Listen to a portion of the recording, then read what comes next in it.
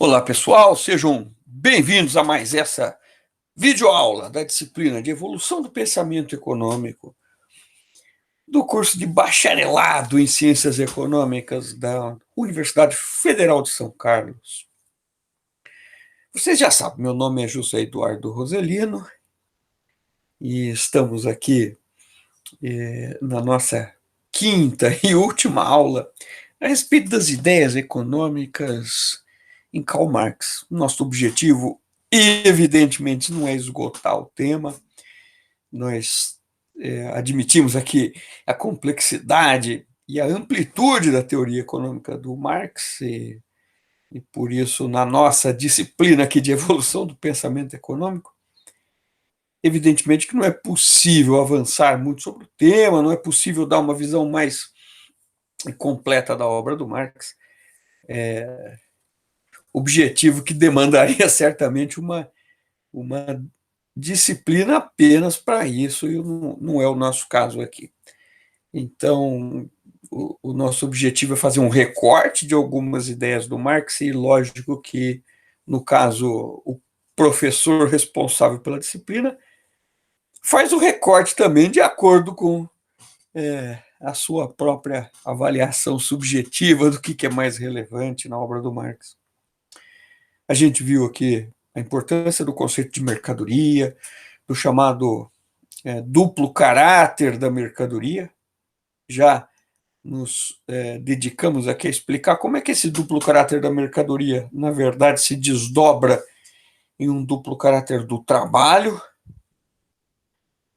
mercadoria enquanto valor de uso, valor de troca, trabalho enquanto trabalho concreto e trabalho abstrato. Exploramos aqui a questão da mais-valia, abordamos aqui as duas formas de ampliação da mais-valia absoluta, da mais-valia relativa. Fizemos algumas considerações aqui a respeito das crises, que são crises típicas do capitalismo, enquanto crises de sobreacumulação. E terminamos a última aula mencionando aqui alguns elementos a respeito da concorrência e do espaço da concorrência como espaço de confrontação de valores de troca que estão, de certa forma, latentes na mercadoria, valores de troca que foram criados na etapa da produção, no estágio do processo produtivo, mas que precisam se realizar. A ideia de que a realização do valor da mercadoria só se completa fechando o circuito de valorização do capital quando a mercadoria recebe a chancela social. Ou seja, quando a mercadoria tem o seu valor de troca reconhecido na esfera da circulação, o que significa que a mercadoria encontrou um comprador. O momento em que a mercadoria é vendida é o momento em que o seu valor de troca é socialmente aceito, é reconhecido. Ou seja, não basta eu aqui, que sou um professor de economia, produzir um par de sapatos. Eu posso tentar produzir um par de sapatos aqui na minha casa, eu que não sou, evidentemente, muito hábil na produção de sapatos, talvez eu leve dias para conseguir produzir um par de sapatos. Aí alguém vai dizer, bom, então, com base na teoria do valor do trabalho, o seu par de sapatos custa R$ 3.000. Então não basta o par de sapatos ter esse trabalho contido, né, necessário para a sua produção. Esse par de sapatos só realiza o seu valor se ele passar pela concorrência, se ele for aceito no mercado, ou seja, se tiver alguém disposto a pagar por ele. E é evidente que um par de sapatos que eu, José Eduardo, produzi na minha casa não sobreviverá ao salto mortal da mercadoria, ou seja, ele dificilmente vai ser comprado por alguém. Essa é a grande questão, né, que o Marx nos expõe e que diz respeito exatamente à concorrência. Então, a partir de agora, vocês que tiveram aqui aula de evolução do pensamento econômico, quando estiverem num supermercado, quando estiverem num shopping, vocês vão olhar para as mercadorias ali expostas nas vitrines das lojas ou nas prateleiras dos mercados e perceberem que ali o que nós temos são unidades de valor de troca produzidas por capitais individuais desesperadas pela sua aceitação social.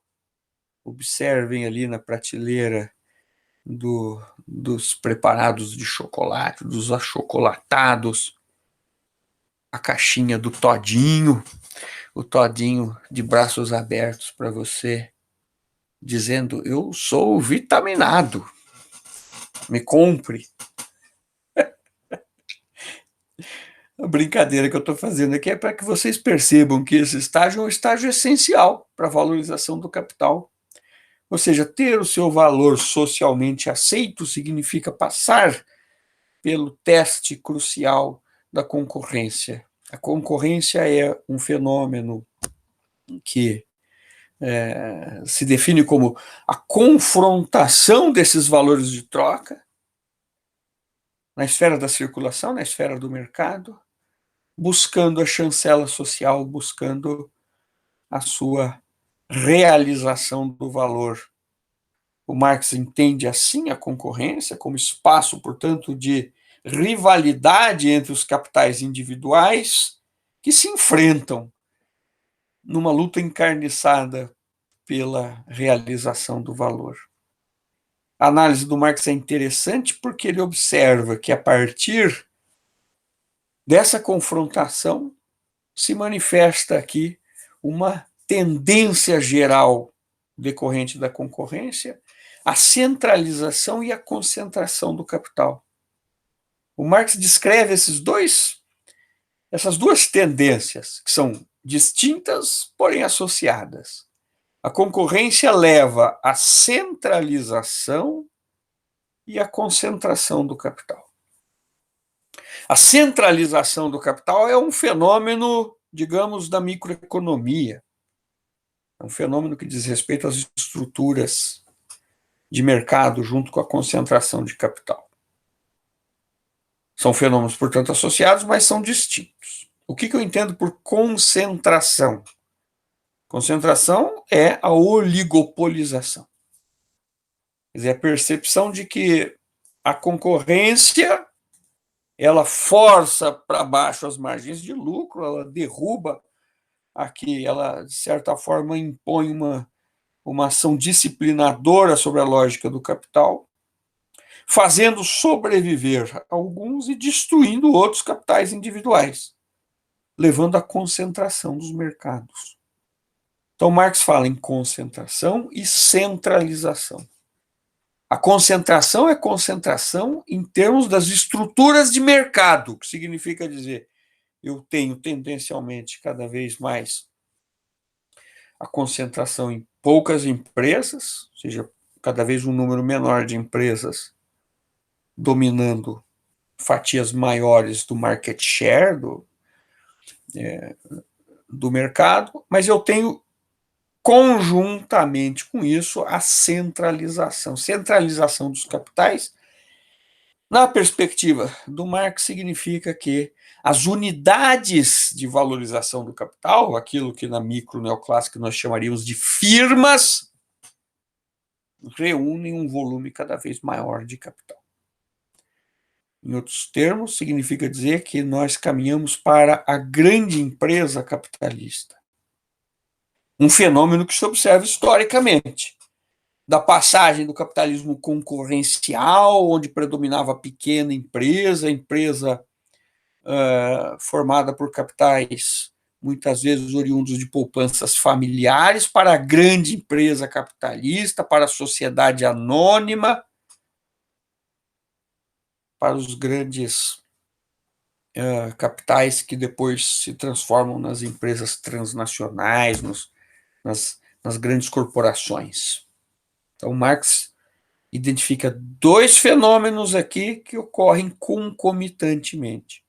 A concentração do mercado, num número cada vez menor de empresas com maiores participações no mercado, portanto, isso é o fenômeno da concentração do capital, mas também o fenômeno da centralização, a percepção de que, tendencialmente, as empresas são maiores em termos de volume de capital. Muito bem. O outro elemento que nós já mencionamos na aula anterior aqui, e que é o que nós vamos explorar agora, tendo em vista a bibliografia ofertada para vocês, em particular os textos referentes à seção 4ª do Capital, que é a seção sobre a mais-valia relativa, que é a relação entre a concorrência capitalista, a lógica da geração de mais-valia relativa e o progresso técnico, as transformações tecnológicas que se dão na dinâmica capitalista.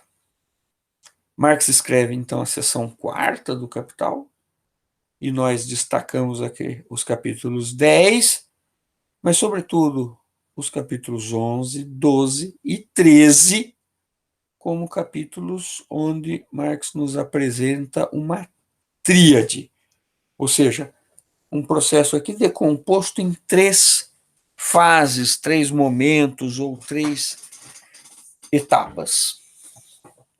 Do que nós estamos falando aqui? Estamos falando do processo pelo qual o capital se apodera, toma conta da produção das mercadorias e conforma o processo de produção das mercadorias a sua lógica. Se a gente for olhar historicamente, cronologicamente, nós estamos falando de capítulos que buscam descrever o processo pelo qual o capitalismo transforma a produção das mercadorias.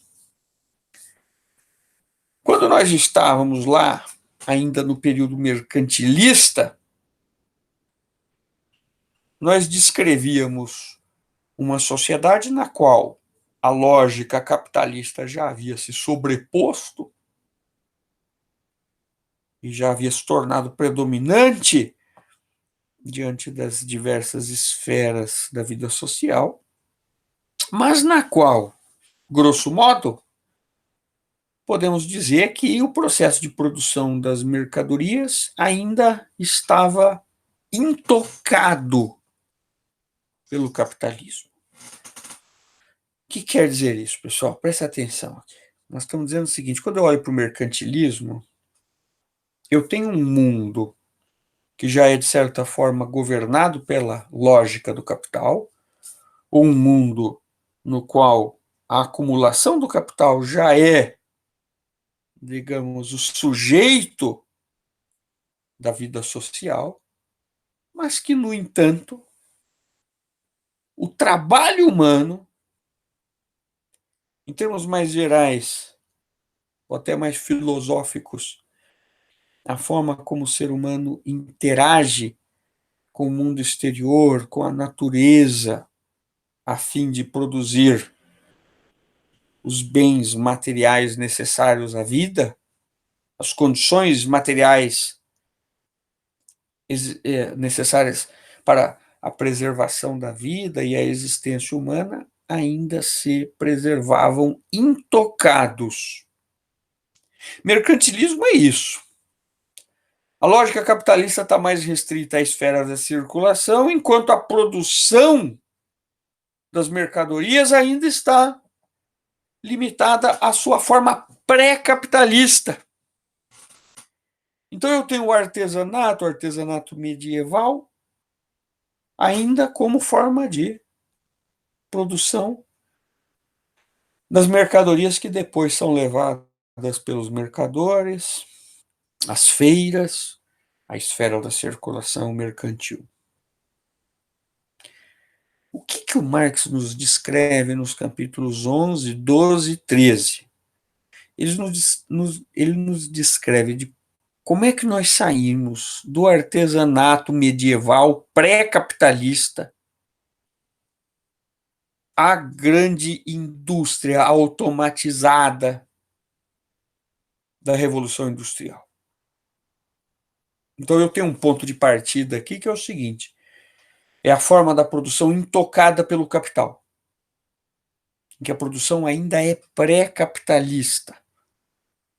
A produção é ainda baseada no artesão, que domina todo um conjunto de saberes e uma qualificação muito particular para produzir a mercadoria. O ponto de chegada é o trabalho desqualificado, desvalorizado do trabalhador industrial na grande indústria automatizada, mecanizada. Eu tenho um ponto de partida, eu tenho um ponto de chegada. O ponto de chegada é a constituição de uma forma de organização da produção que foi moldada pela lógica do capital, revolucionada para atender ao desiderato do capital, à lógica capitalista.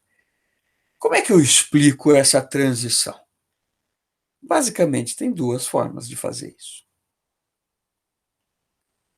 A primeira delas é eu contar essa história.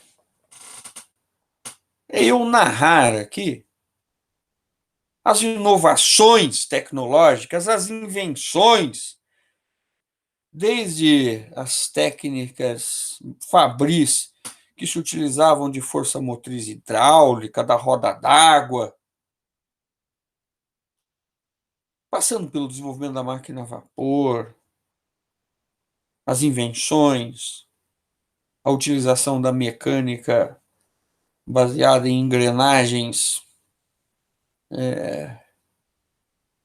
e da metalurgia avançada para produzir teares de aço e tal. Eu posso contar essa história cronologicamente, descrevendo. Aliás, tem alguém que faz isso. Você pegar o Unbound Prometheus, o Prometeu desacorrentado, do Landis, ele vai descrever isso, ele vai fazer aqui uma cuidadosa, detalhada descrição aqui das invenções, das inovações na indústria que explicam essa transição do artesanato até a grande indústria capitalista. Então, essa é uma forma de explicar esse processo, é a forma baseada na descrição dos acontecimentos históricos, tecnológicos e tal. A outra forma, que é a forma que o Marx nos oferece aqui nos capítulos 11, 12 e 13, é explicar esta passagem como uma passagem lógica abstrata, como um exercício de abstração, capaz de explicar para a gente essa passagem, destacando o seu significado em termos da constituição de forças produtivas especificamente capitais, de forças produtivas moldadas e desenhadas para o atendimento da lógica do capital. E é isso que faz o Marx nos capítulos 11, 12 e 13. Então, ao invés de descrever historicamente essa passagem, ele nos explica esta passagem de forma abstrata, conceitual, lógica. E para fazer isso, o Marx nos oferece uma análise em 3 etapas. Ele decompõe esse processo que ocorre historicamente ou concretamente em alguns setores, em alguns antes de outros. Aliás, essa é uma questão muito importante que nós não vamos discutir aqui. Eu posso só adiantar para vocês e dizer, olha, em alguns setores essa passagem está se dando agora. Agora, no século XXI. Outros setores o Marx viu acontecer. Mas ao invés de se dedicar a essa análise do ponto de vista do fenômeno concreto, o que o Marx nos apresenta é uma trajetória, digamos, estilizada explicada e decomposta em 3 etapas. A primeira etapa é aquela que ele nos apresenta no capítulo 11 do Capital, na seção 4ª do seu livro 1, que é a seção que trata da mais-valia relativa. Então ele está dizendo para a gente o seguinte: como é que o capital, para obter a ampliação da mais-valia a partir da mais-valia relativa, revoluciona as condições materiais de produção? Olha que bacana que é isso. Eu vou ler aqui para vocês. Capítulo 11 do Marx, ele inicia o capítulo 11. O capítulo 11 tem como título Cooperação. A gente pode chamar também de cooperação simples. Logo mais a gente explica por quê. Ele começa assim, presta atenção. A produção capitalista começa, portanto, como vimos, de fato, apenas quando um mesmo capital individual ocupa simultaneamente um número maior de trabalhadores, onde o processo de trabalho, portanto, amplia sua extensão e fornece produtos numa escala quantitativa maior que antes, a atividade de um número maior de trabalhadores ao mesmo tempo, no mesmo lugar, ou, se quiser, no mesmo campo de trabalho, para produzir a mesma espécie de mercadoria, sob o comando do mesmo capitalista, constitui histórica e conceitualmente o ponto de partida da produção capitalista. Com respeito ao próprio modo de produção, a manufatura, por exemplo, mal se distingue nos seus começos da indústria artesanal das corporações, a não ser pelo maior número de trabalhadores ocupados simultaneamente pelo mesmo capital. Ponto. No mesmo parágrafo, ele termina: a oficina do mestre artesão é apenas ampliada. Amados, prestem atenção nisso daqui. Prestem atenção no que ele está. Qual é a brincadeira que ele está propondo para a gente? Quando é que começa a produção capitalista? Ele está dizendo o seguinte: a produção capitalista começa a partir do momento que o capital reúne, debaixo de um mesmo teto, num mesmo galpão, num mesmo espaço, um conjunto de trabalhadores que trabalha sob o comando de um mesmo capital. Ele está dizendo o seguinte: o capital pegou o artesão que antes trabalhava na sua casa. Do ponto de vista histórico, isso significa a passagem do sistema de putting out.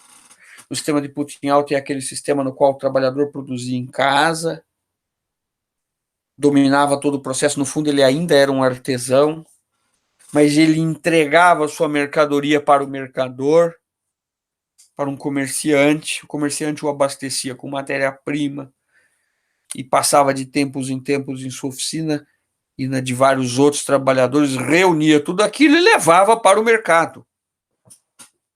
O Marx está dizendo o seguinte: a produção capitalista começa no momento em que esse mercador, este comerciante, este capitalista individual pega esses diversos artesãos e os reúne num mesmo lugar, num mesmo espaço, num mesmo galpão, numa mesma fábrica. O que mudou com relação ao artesanato pré-capitalista? Mudou a relação social. Anota isso, presta atenção aqui. O que mudou é que o trabalhador não é mais um produtor dono do seu próprio negócio. ele não é mais um produtor independente, que trabalha em casa na hora que quer, no momento que quer, o quanto quer. O dia que ele está cansado, ele não trabalha. Não, agora ele é um assalariado. No capítulo 11, o Marx descreve a constituição da relação social típica do capitalismo, que é a relação capital-trabalho. Quer dizer, o artesão deixou de ser um artesão independente, passou a ser um proletário, um trabalhador que trabalha no mesmo local, sob o comando de um mesmo capitalista, em troca de salário. Portanto, mudou a relação social. A gente vai dizer aqui, mudou a forma social. Ele é um trabalhador assalariado, ele gera mais-valia. Mas o Marx está dizendo o seguinte, mas vamos imaginar que só mudou a coisa do ponto de vista quantitativo. Ou seja, eu tenho mais gente trabalhando agora sob o comando de um mesmo capitalista, mas do ponto de vista qualitativo nada mudou. É como se o cara que antes trabalhava na sua casa, na sua oficina, agora estivesse trabalhando para um capitalista, mas o processo de trabalho ainda foi preservado. O cara detém a mesma qualificação, ele produz a mercadoria do começo ao fim, e ele é ainda controlador do seu próprio ofício, do seu próprio ritmo de trabalho. Ele produz de acordo com o seu tempo, de acordo com o mesmo processo que o trabalhador artesão, que trabalha com todo cuidado, com todo capricho, que domina o processo do começo ao fim. Nada disso mudou. Então preste atenção, o Marx, aonde que isso aconteceu? Não aconteceu em lugar nenhum. Essa é uma brincadeira que o Marx está nos colocando aqui. Ele diz conceitualmente. Ele está falando o seguinte: vamos entender como é que eu saio do artesanato pré-capitalista e chego na grande indústria, decompondo este processo em etapas lógicas. A primeira etapa nós vamos considerar que é o seguinte: o trabalhador deixou de ser dono do seu próprio negócio, dono das ferramentas, dono do seu próprio tempo de trabalho, e passou a ser um empregado. Portanto, mudou a relação social. Ele agora é um proletário, ele não é dono mais dos meios de produção, ele não é dono mais da matéria-prima, ele não é dono mais do resultado do trabalho dele, que não fica para ele, fica para o capitalista. A mercadoria não é mais dele, ele é um proletário, ele vende o trabalho dele por uma determinada jornada de trabalho, a força de trabalho dele recebe salário. Então está inaugurado aqui a relação social típica do capitalismo, que é a relação entre o capital proprietário dos meios de produção e o proletário, que é dono apenas da força de trabalho. Mas do ponto de vista do trabalho, do processo de trabalho, nada mudou. Essa é a brincadeira que o Marx está propondo aqui. Ou seja, o trabalhador vai trabalhar do lado de outros trabalhadores produzindo a mesma coisa, mas ele vai trabalhar o sapato do começo ao fim, como ele fazia quando ele trabalhava na oficina dele. Quando é que isso aconteceu? Não aconteceu concretamente, historicamente. Aliás, eu vou ler para vocês aqui. Olha que legal. O, o finzinho do capítulo 11, né? O penúltimo e último parágrafo. O Marx coloca assim para a gente. Olha só que engraçado. Ó. Ele põe assim: em sua figura simples, até agora considerada, a cooperação coincide com a produção em maior escala. Porém, não constitui nenhuma forma característica fixa de uma época particular de desenvolvimento do modo de produção capitalista. No máximo, aparece aproximadamente assim nos inícios ainda artesanais da manufatura. O que quer dizer isso, pessoal? O Marx está falando assim, isso que eu estou explicando para vocês, se vocês forem procurar na história, Vocês não vão encontrar. Vocês não vão encontrar essa cooperação simples. Ou seja, essa forma fabril em que o sujeito trabalha ainda como se fosse o artesão, mas agora sendo assalariado. Mas considerar esta etapa é um passo lógico para entender o que vem a seguir. Qual que é o problema da cooperação simples para a realização da lógica do capital? É evidente. Na cooperação simples, o trabalhador ainda domina todo o processo produtivo. Ele ainda é o senhor. Muito embora a relação social já seja uma relação de subordinação, porque ele precisa trabalhar para receber salário, portanto, do ponto de vista social, o trabalho está subordinado ao capital. Esta subordinação é apenas formal. O que significa dizer a subordinação? Está restrita à sua forma social. O trabalhador é subordinado ao capital do ponto de vista da relação social, mas ele não é subordinado ao capital do ponto de vista do processo produtivo. Na hora da produção, quem manda é o trabalhador, porque é ele que executa no seu tempo, no seu ritmo, de acordo com a sua qualificação. Bom, qual é o problema desta forma de produzir do ponto de vista da lógica capitalista? O problema é evidente. Não tem como acelerar o trabalhador. Não tem como forçar o trabalhador a produzir mais. Não tem como extrair mais-valia relativa. É isso que o Marx está apontando para a gente. Ele está dizendo o seguinte: nesta etapa lógica, na primeira etapa lógica, que a gente chama de cooperação simples, anotem aí no caderno, cooperação simples,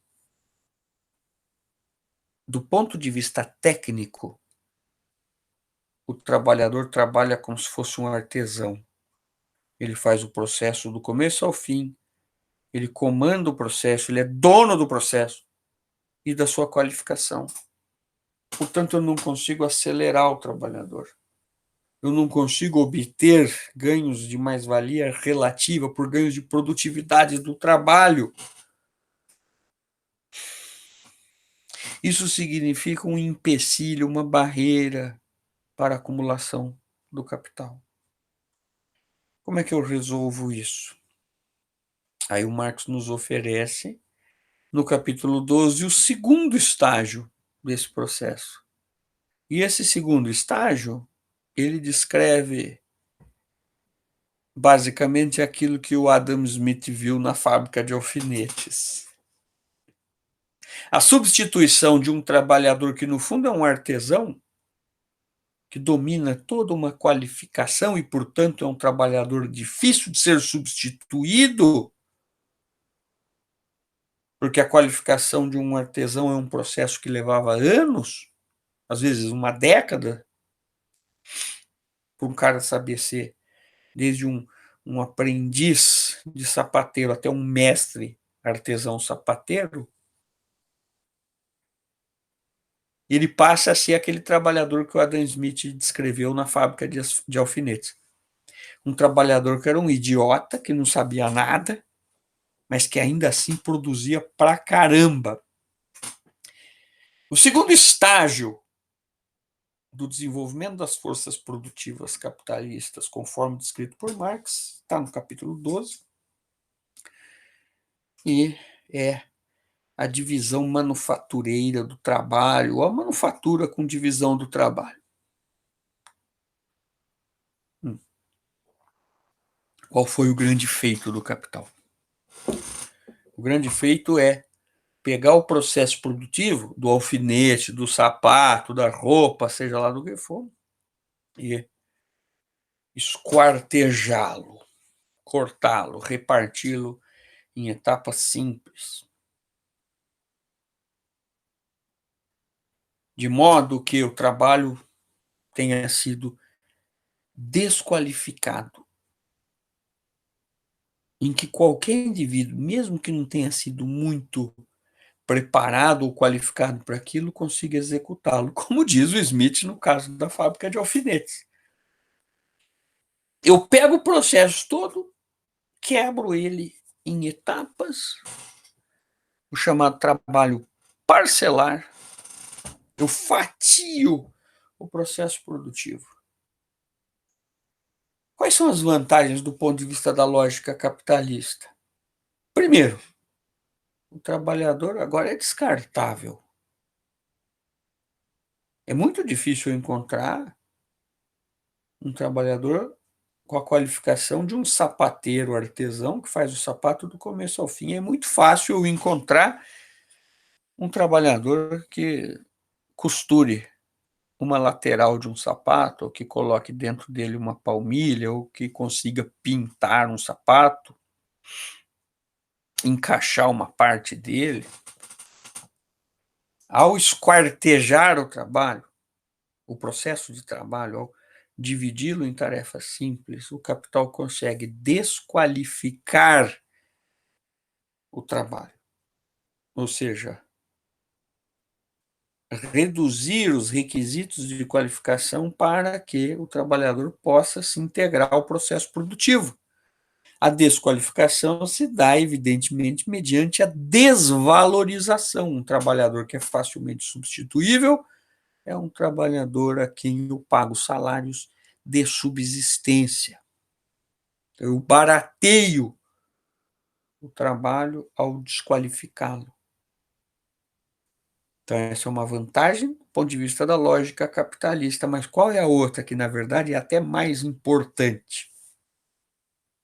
Ao fatiar o processo de trabalho, ao reduzir as operações de trabalho a operações simples, que são executadas, cada uma delas por um trabalhador, eu estou acelerando e intensificando a produção. Qual é o nome disso? Dos ganhos de produtividade? Mais-valia relativa. Ou seja, a divisão do trabalho que o Adam Smith percebeu na fábrica de alfinetes é o segundo estágio do processo de desenvolvimento das forças produtivas na perspectiva do Marx. Porque é onde se inaugura a extração de mais-valia relativa. O trabalho agora é muito mais vigiado, controlado, cronometrado. Aquilo que o Taylorismo e o Fordismo levam ao paroxismo no século XX. O controle de tempos e movimentos do trabalho. É isso que está descrito no capítulo 12 do Capital. Como a divisão do trabalho dentro da fábrica é capaz de acelerar o processo produtivo, de subordinar ainda mais o trabalhador a uma disciplina fabril do controle dos tempos e movimentos do trabalho. E com isso ampliar a mais-valia relativa.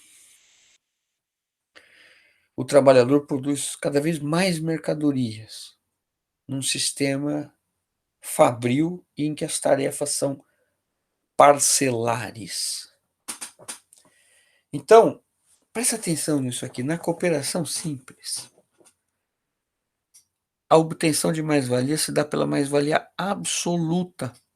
O único jeito de ampliar a mais-valia na cooperação simples, descrita no capítulo 11, é esticando a jornada de trabalho.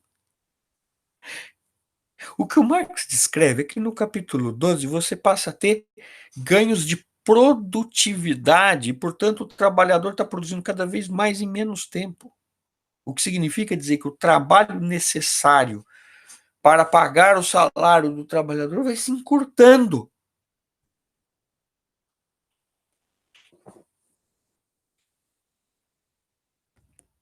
É um grande efeito para a lógica do capital, produzir mais-valia relativa.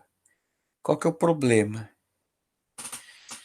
O problema é que por mais que eu simplifique, por mais que eu vigie, por mais que eu cronometre, por mais que eu consiga controlar os tempos e movimentos do trabalhador, a mais-valia relativa na manufatura com divisão do trabalho esbarra também num limite, o limite que é próprio ao ser subjetivo, ao ser humano.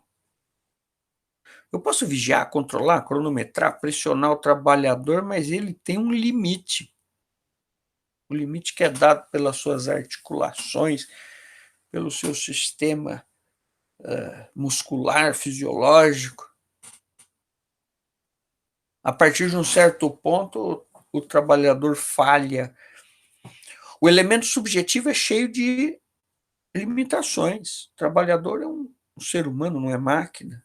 Eu posso até tentar tratá-lo como máquina, com uma ergonometria toda voltada a isso, com engenheiros de produção que olham para o ombro do ser humano e enxergam ali uma, uma engrenagem mecânica. Mas o ser humano falha, o ser humano é subjetivo. Tem dia que está melhor, tem dia que está pior, tem dia que brigou com o namorado, com a namorada, tem dia que está doente, tem dia que está desatento porque está preocupado com a saúde do pai. O ser humano é um elemento subjetivo e tem limites. A partir de certos limites, o ser humano falha. O terceiro estágio do desenvolvimento das forças produtivas que o Marx descreve no capítulo 13, que eu coloquei um trecho para vocês como obrigatório, o capítulo 13 é o capítulo que trata da maquinaria e da grande indústria capitalista. Está na objetivação do processo produtivo. Ou seja, a partir do momento que a velocidade do processo de produção deixa de depender do braço, do músculo, da articulação do ser humano e passa a depender de um sistema automatizado e mecanizado. O Marx descreve o princípio da maquinaria como um processo no qual as ferramentas dos trabalhadores manuais são incorporadas a um mecanismo que parece ter vida própria, a um mecanismo automático. Qual é a característica da grande maquinaria, da maquinaria e grande indústria por Marx? É de um sistema que funciona agora não mais baseado nas limitações do elemento subjetivo do ser humano, do trabalho vivo, mas de um sistema que funciona baseado em leis da física, da mecânica, da engenharia. A partir do momento que o ritmo do processo de produção e de trabalho é determinado pelo trabalho morto, pelo capital, representado aqui pelo elemento objetivo do processo produtivo, pela máquina, pelo capital constante, a velocidade da produção já não depende do controle sobre a força de trabalho, mas sim depende da aplicação tecnológica da ciência. Abre aspas, aplicação tecnológica das ciências, fecha aspas. É disso que o Marx está tratando. De como, a partir do objetivo de se produzir mais-valia, o capital desenvolve um sistema no qual o ritmo da produção não depende mais desse ser tão imperfeito. É assim que o Marx fala do trabalho vivo. O trabalho vivo é um elemento imperfeito para a produção capitalista. O objetivo dessa lógica do desenvolvimento das forças produtivas é superar as limitações ao processo produtivo que são inerentes à nossa condição como ser humano. O capital busca se autonomizar com relação ao elemento subjetivo, ao ser humano, para determinar o ritmo da produção. Isso se dá com a produção mecanizada. O que determina o ritmo da produção na grande indústria capitalista? O estágio do desenvolvimento tecnológico, da aplicação tecnológica da ciência nas máquinas. Marx está falando da mecanização, da automação. Ele não viu a microeletrônica, ele não viu a indústria 4.0, ele não viu os sistemas cyberfísicos da manufatura aditiva que são próprios do mundo e que nós aqui vivemos. Mas ele olhou para a indústria têxtil e tirou dos exemplos da indústria têxtil, que era o setor que estava mais avançado em termos da automação industrial no século XIX, e falou: o caminho do capitalismo é esse. Meus amados, eu vou dizer uma coisa para vocês. Nesse ponto específico, Marx acertou em cheio. Ele errou na previsão dele de como se daria essa transição para o sistema da maquinaria e grande indústria. Ele errou dramaticamente. Tem um trecho muito interessante em que ele diz o seguinte: o sistema da maquinaria, baseado nesse princípio da maquinaria, dessa automação, derrota as formas anteriores de produção, tal qual um exército armado de fuzis derrota um exército de arco e flecha. Ele queria dizer com isso que a automação que ele estava vendo ali no setor têxtil na Inglaterra iria avançar rapidamente sobre todos os setores.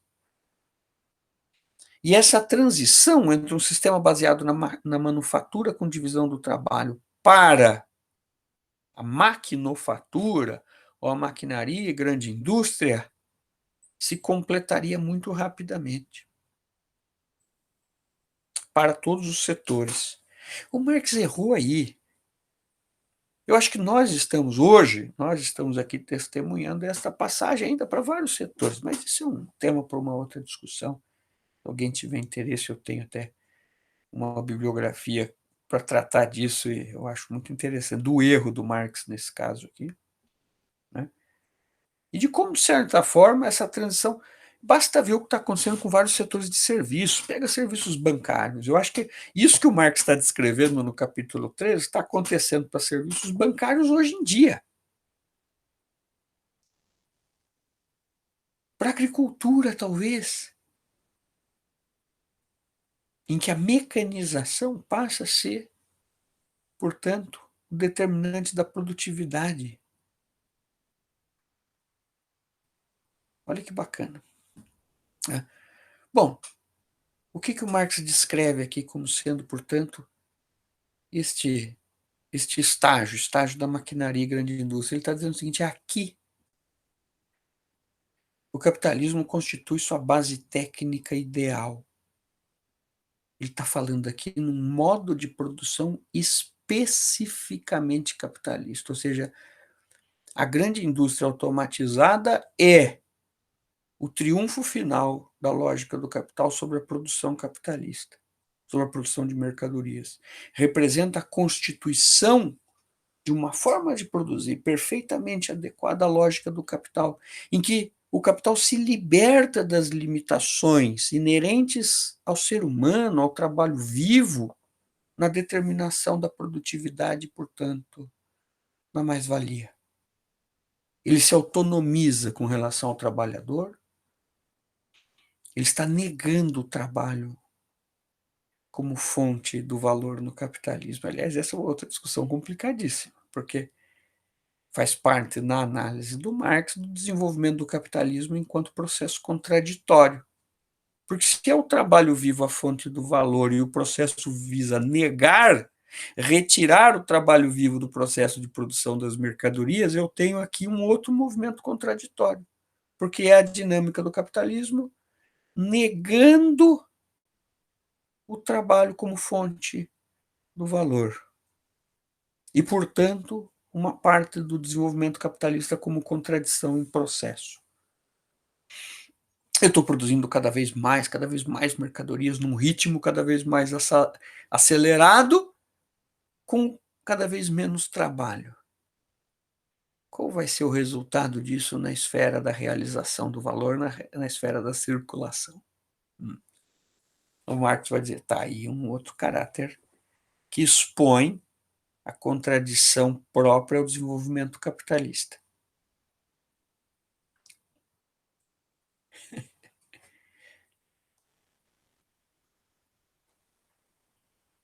Mas a maquinaria e grande indústria é isso. Significa, ao mesmo tempo, portanto, para o Marx, um feito extraordinário, porque é a constituição de uma base material perfeitamente adequada à lógica capitalista, mas representa também, na perspectiva do Marx, a criação de condições materiais para a própria superação do capitalismo.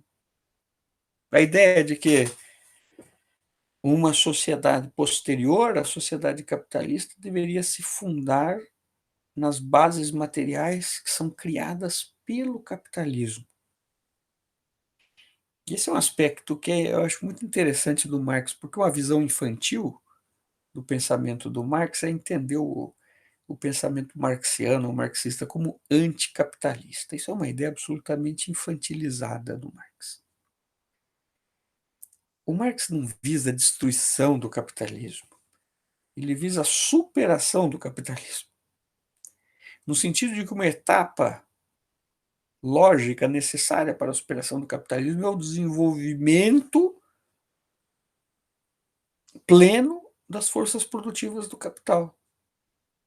Ou seja, o Marx não está propondo aqui destruir o capitalismo para voltar a uma sociedade pré-capitalista. Ele tá propondo que o capitalismo é capaz de criar condições materiais para a construção de uma sociedade com bases materiais muito mais avançadas, capaz de garantir uma vida próspera para todos, uma sociedade rica, próspera, com base no desenvolvimento tecnológico e produtivo que o capitalismo proporciona.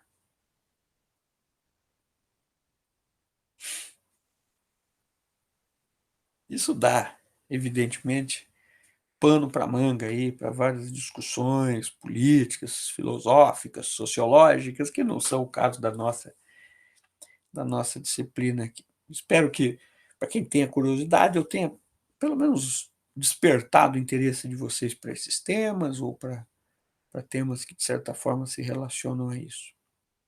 Ao constituir a maquinaria, na concepção do Marx, o capitalismo estaria conseguindo, portanto, ajustar do ponto de vista técnico a subordinação do trabalho ao capital que já se dava do ponto de vista formal e social na cooperação simples. Vocês estão entendendo isso? Olha aqui. Na cooperação simples, o trabalhador já era subordinado socialmente ao capital. O que quer dizer isso? Quer dizer que o trabalhador já era alguém que dependia do emprego para viver. E por isso ele se subordinava ao capital, ele se submetia a, a um regime fabril de trabalho, com horário para entrar, com horário para sair, a disciplina da fábrica. No entanto, ele produzia de acordo com a sua qualificação, ele era dono ainda da sua qualificação. Do ponto de vista técnico, era ele que mandava. Quando eu chego na maquinaria, o trabalho está socialmente e tecnicamente subordinado ao capital personificado na máquina. O trabalhador serve a máquina. Marx coloca nesses termos. Ele diz: o trabalhador é um apêndice da máquina. Na grande indústria, o trabalho é apendicizado. O que é um apêndice? O apêndice é um órgão nosso que não serve para nada. Serve só para dar apendicite. Ou seja, é desnecessário. O trabalhador é cada vez mais desnecessário para a produção. Essa que é a subordinação completa do capital-trabalho.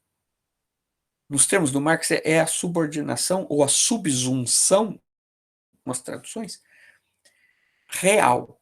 O que é subsunção ou subordinação real? É uma subordinação que é social, já era na cooperação simples, mas é também técnica. O trabalhador está subordinado à máquina no sentido de que ele serve a máquina, ele alimenta a máquina, ele está ali para não deixar faltar matéria-prima, para escutar a máquina, ver se ela está fazendo um barulho diferente, se ela está precisando de manutenção. Então, não é o trabalhador que usa a ferramenta de trabalho. O artesão usa os objetos de produção, os meios de produção. É ele que usa a ferramenta. Na maquinaria, é a máquina que usa o homem. É uma inversão na relação entre o subjetivo e o objetivo, entre o ser humano e a coisa, entre o trabalho vivo e o trabalho morto. Na concepção do Marx, esta subordinação real do capital, do trabalho ao capital, se dá na maquinaria, no momento, portanto, em que o capital constitui forças produtivas especificamente capitalistas, ou seja, uma base técnica perfeitamente adequada à lógica do capital. Tá bom? Eu acho que a gente pode encerrar por aqui. Eu escolhi esse recorte, que é um recorte que eu acho bastante interessante. Eu que trabalho com economia da tecnologia, economia da inovação, eu acho que o Marx acertou nesse elemento aqui. Não só eu acho isso, um outro grande economista que nós vamos tratar logo mais, que é um economista que não tem nada de comunista, não tem nada de esquerdista, muito pelo contrário, que é o Joseph Schumpeter, um economista austríaco, defensor do capitalismo e que não gostava muito da posição política do Marx, vai exatamente concordar com o Marx nesse ponto aqui, na forma como o Marx relaciona a dinâmica tecnológica inovativa à lógica capitalista. Meus amados, muito obrigado. Estudem com carinho essa parte da disciplina. Espero que eu tenha conseguido transmitir de forma didática um conteúdo que não é fácil, é um conteúdo bastante complicado e carregado aqui de conceitos abstratos, de uma certa articulação entre concreto e abstrato, que não é das tarefas mais triviais. Tá bom? Obrigadão para vocês pela paciência e pela atenção e até a próxima.